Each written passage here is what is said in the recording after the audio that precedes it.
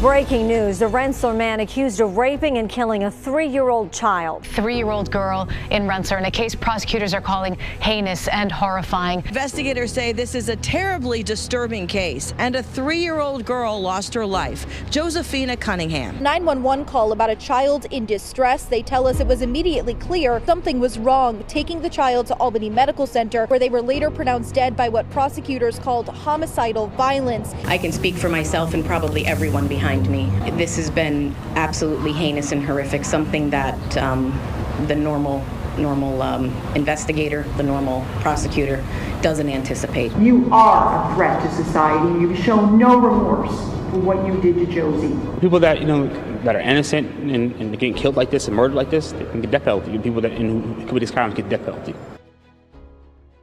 Hi guys, welcome back to KW Lawholic. It's Kayla. If you're new here, thank you for joining us. If you're not, thank you for always returning. Our case today is going to be a hard one. I want to put that out there first. It's very gruesome and hard to hear, so just a trigger warning. Let's get right into our case. Josephine Catherine Cunningham was 3 years old, born on July 25th, 2019. She was born to Lakeisha Stewart and Joseph Cunningham. She lives in Rensselaer, New York, which is a small town on the outskirts of Albany, the capital of New York. She lives there with her mother Lakeisha and her mother's boyfriend Robert Fisher, 34 years old, who recently just started sleeping over and being more in her life. Her family called her Josie. That was her nickname that everyone called her by. Josie was a bright, bubbly, loving, caring, and kind little girl. Josie's older brother, Jaquan Arnay Stewart, said that she was extraordinary. She defied all of the odds, starting from when she was born, and she had a hole in her heart that healed by itself. Josie's presence was like a beacon of light. When Josie got older, she wanted to be a firefighter. And whenever she was at daycare and school, she would always pretend that she was a teacher. She was like any other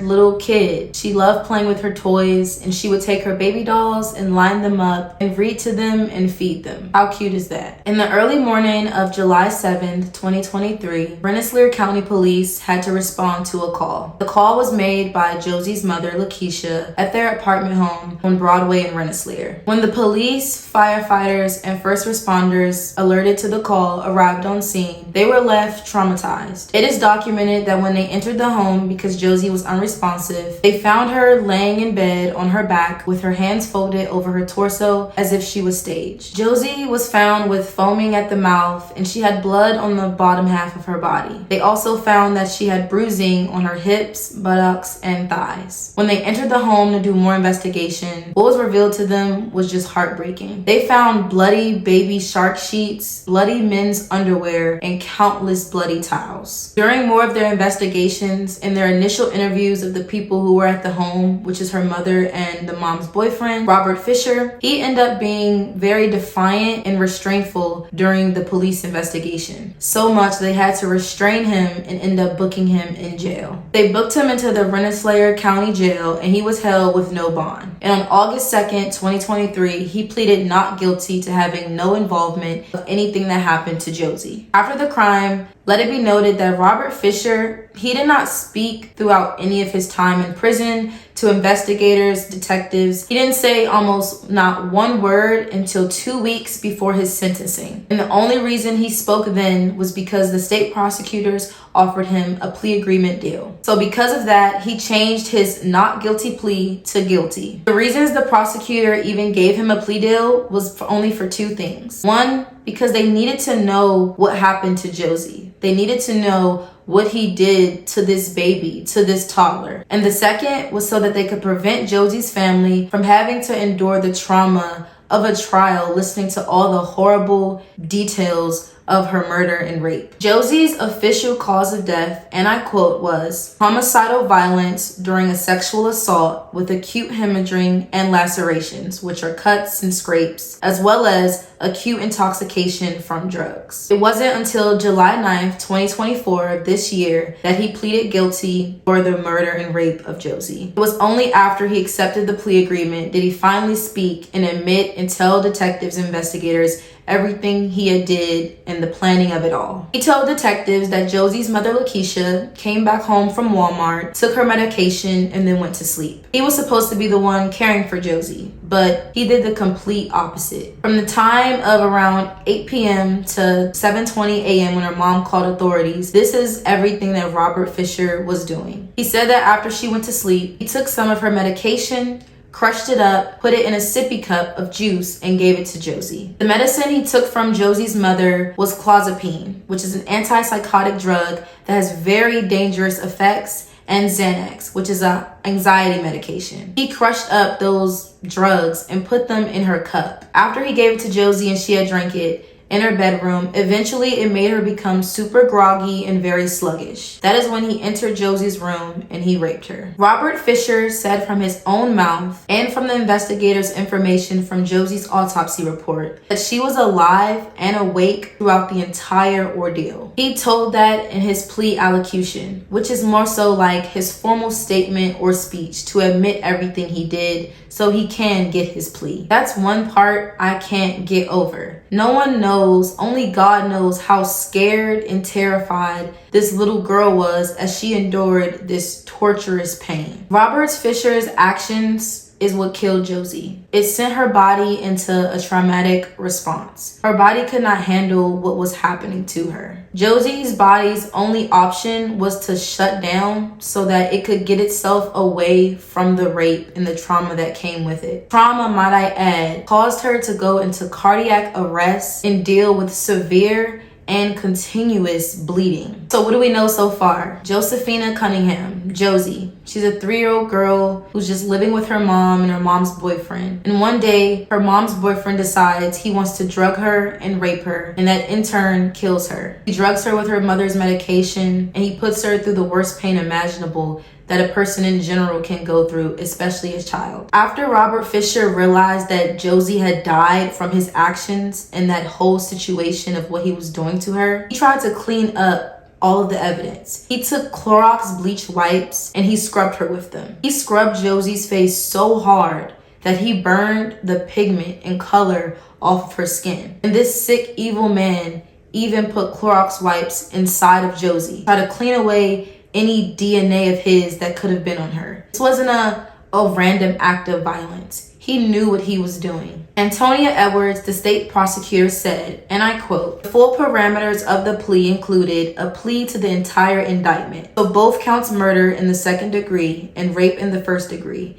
And he will receive, in exchange for that, a sentence of 20 years to life." So now we can move on to the sentencing. Judge Deborah Young, who presided over his case, had this to say, and I quote, "You are a threat to society, and you show no remorse for what you did to Josie. It is my duty to impose a sentence that reflects the seriousness of your actions and protects society from the harm you demonstrated yourself are capable of inflicting." And on August 6, 2024, that is when she sentenced him to 20 years in prison for second-degree murder and first-degree rape. She also sentenced him to 20 years of post-release supervision, which is basically probation. But even the judge herself said that she hopes that never happens. Judge Young stated that when a future parole panel considers releasing him from prison, she hopes they study the sentencing records and other court records to reach a decision that he never be let out again. He was told by the judge,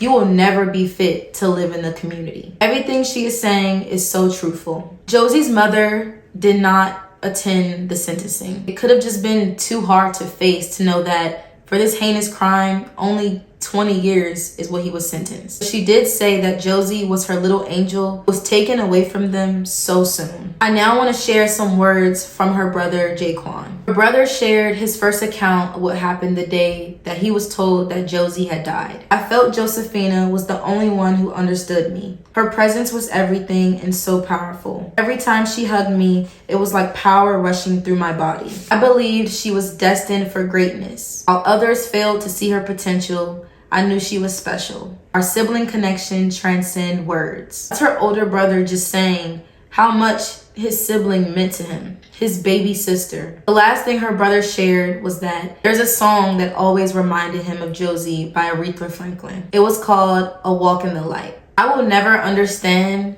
how a human can do this to another human, especially a child at that. This man, Robert Fisher, has to be some type of demon walking on earth because it is just despicable. I cried learning about this case and I've tried hard to keep my composure. I feel like this man deserves life in prison without the chance of parole ever. And personally, I think and feel they need to put him in solitary confinement for his whole sentence so that he can sit there and rot by himself. He doesn't deserve the chance to go in jail, be in general population, sit there and make friends in jail. He needs to be locked up in a box alone to rot like the vicious, evil animal that he is. Josephina, or Josie, should be remembered in a positive light. She needs to be remembered as the person and little girl whose smile would light up a room, and the little girl who loved wearing her pink scarf with her matching pink purse. District Attorney Antonia Edwards said this, and I feel like it's the perfect closing statement. Hours before her murder, she was seen on video footage at her daycare, running around on the playground, smiling and laughing with her peers, doing what children should be doing. This is how her family, friends, and the community should remember Josie, a carefree,